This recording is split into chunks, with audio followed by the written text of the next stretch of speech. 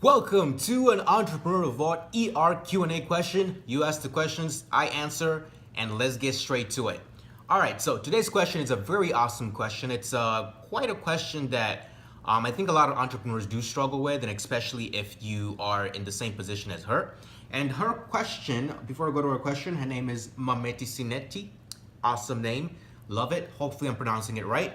And she's basically saying that, hey, look, I understand the whole lean startup stuff. I understand like how to start small, but what happens when you're a business, you have a very ambitious idea that really requires you to kind of go 0 to 100 because you're trying to build a very big company. And her ambition is to build a telecommunication company, which is quite ambitious. So shout out to her. We need more telecommunication companies in Africa. So get out there and do it. Be competitive in the market. Okay, that's a side note. Back to the main topic. Basically, what you need to do is reverse engineer backwards, okay? If you think about it from like, oh, here I am and that's what I need to build, it's gonna be kind of very hard for you to get there because you're kind of like, those guys are spending millions of dollars to just kind of maintain what they're doing. It costs them millions of dollars to get to where they are. How can I get there? So if you think of that mindset, chances are you'll never get started. And chances are no investor is gonna give you millions of dollars. I will not give you as much as I love you, as much as I care about you, or even if you're family or a friend, I'm not gonna give you $1 million to start a huge ambitious company off the bat. You have to prove in the small scale that you can be able to actually scale it up. You can be able to do it. So this is where the reverse engineering comes in. A telecommunication company does multiple things. It has multiple sections within it.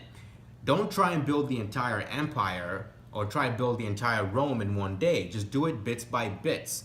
So the advice that I really gave her specific to her situation, I kind of broadened it up with some few other examples, was that you can be able to start, you can be able to use Hotspot. So to kind of give you a background story where I got this idea from, when I was in Kenya recently, a while ago, when we were in Kisii, there was this person who was basically he bought internet from a larger telecommunication company, and then he was able to get a lot of good bandwidth, a lot of good connection, and then he set up a local store right where it's usually busy with other different stores around there, and he started reselling the internet.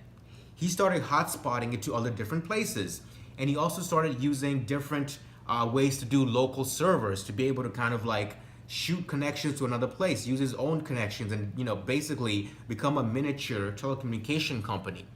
And that's kind of a strategy you can use. I know it's not quite the thing you might want to start with, but that person is generating profits. He's generating money from that. And that's kind of what you can do. That's the way you can be able to bootstrap and fund your idea and then slowly scale up. Take over one town, maybe take over a village, be the person who's connecting them to the internet. Maybe be the person who's, or maybe even if you're not the person providing that services, you should still know how telecommunications companies work. So maybe internship at a telecommunication company. Maybe start asking people locally, what challenges do you see with this provider and where do you see they need to improve? And then start seeing, okay, how can I twinkle in there without having to start such a big company? That's where you start small scale and then you go big. And it's something that you can apply to a lot of different things, right? As I was saying, there's some companies you have to to be able to get to where you need a lot of money. Like a healthcare research or a health research, that requires a lot of money. Instead of you starting on a huge, ambitious health research, start on something small, start on something miniature, and prove a concept that you can be able to actually follow through on a research. Like either be like, hey, if people drink this kind of tea and other people drink this kind of tea, they get this kind of different whatever. I'm not a scientist. I'm thinking of examples here. Something very small scale before you do something with like blood samples and tissue samples, like, stuff, scientific stuff. I'm not good at there, so I'm gonna stop there. So that's kind of the example I have for when you have to do something very ambitious. So basically, how to start a company that requires a lot of funding, but started with no funding. So that's kind of the strategy here, which is basically bootstrap small and then grow and scale with it. And then sooner or later, if you do execute, if you do prove that you can be able to handle, even support a small village or support a small section of town by reselling internet in one way or another or hotspotting them, those are different ways you can be able to tackle the problem, tackle the situation, and help the people, and also learn how the business works, learn how the market reacts, And then, then later you can find it. So later when you have an investor approach you, or you approach an investor, you can be like, hey, look, I was able to make profits with just a small town. Imagine if you gave me X amount of money, we can be able to scale this. Maybe we start providing our own, instead of me reselling from this provider, I can be able to start investing on our own satellites, whatever it might be. I don't know too much about telecommunication, but the little that I know, you can be able to use a strategy like that. And I hope that answered your question, Mamity. And I do hope we can talk more in the inbox section, so this doesn't end here. Just let's keep talking so we can be able to bounce ideas and see how I can help, okay? And anyway, thanks for watching this video. I know I've not done ER Q&A in a long time. I think it's been a couple weeks.